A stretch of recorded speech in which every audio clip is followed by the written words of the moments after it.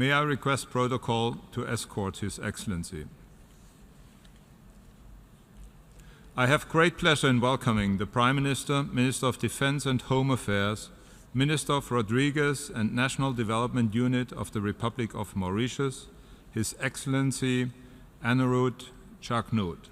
The Mauritians living in the Chagos archipelago were forcibly evicted from their homes and moved to the main island of Mauritius in total disregard of their human rights. The government of Mauritius is fully sensitive to their plight and their rightful aspiration to resettle in the Chagos archipelago as per their legitimate right as citizens of Mauritius. We are determined to resettle those who were forcibly evicted from the archipelago upon its return to the effective control of Mauritius in full respect of all their rights and dignity. Mr. President, my delegation comprises the spokesperson of Mauritians of Chagosian origin. He is the symbol of a whole community whose human rights have been baffled. His presence also testifies that the issue of sovereignty and the right of return of Mauritian Chagosians to their native lands cannot be dissociated. Mr. President, the General Assembly has a direct institutional interest in this matter, given the historic and central role it has played in the process of decolonization throughout the world. The General Assembly has a continued responsibility to complete the process of decolonization, including that of Mauritius.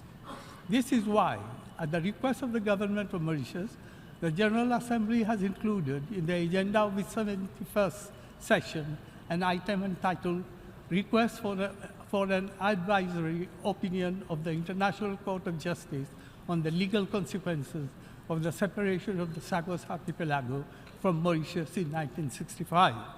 Mr. President, an advisory opinion would assist the General Assembly in its work on decolonization in general and the decolonization of Mauritius in particular, pursuant to the requirements of the UN Charter and the international law. Mr. President, I would like to impress on the fact that the decision to have recourse to this action has not been taken in an adversarial mindset. This is not the first time that the advisory opinion of the International Court of Justice is being sought on such a subject. In our view, this is a legitimate recourse, and it abides by the provisions of the UN Charter and past practice of the United Nations. Mr. President, we have noted that the United Kingdom has now expressed the wish to engage in dialogue with Mauritius in order to sort out the matter by June 2017. Mauritius has always believed in true dialogue. We are acting in good faith, and we expect same from our interlocutors. Mr. President, we believe that this Assembly has a duty to assist the completion of the decolonization process.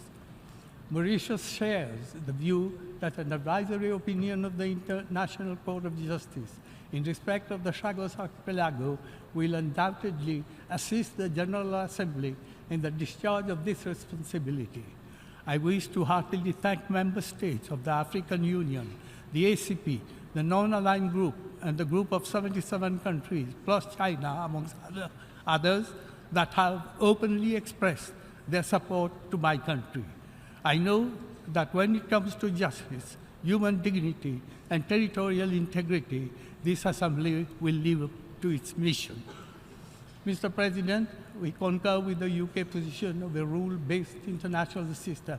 However, we have to be coherent, not only in what we say, but also in what we do. Mr. President, the decolonization of Mauritius would also not be complete until the issue of trauma is resolved.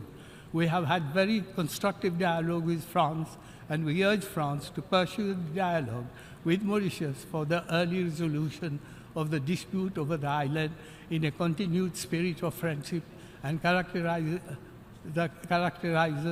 the relationship between our two countries.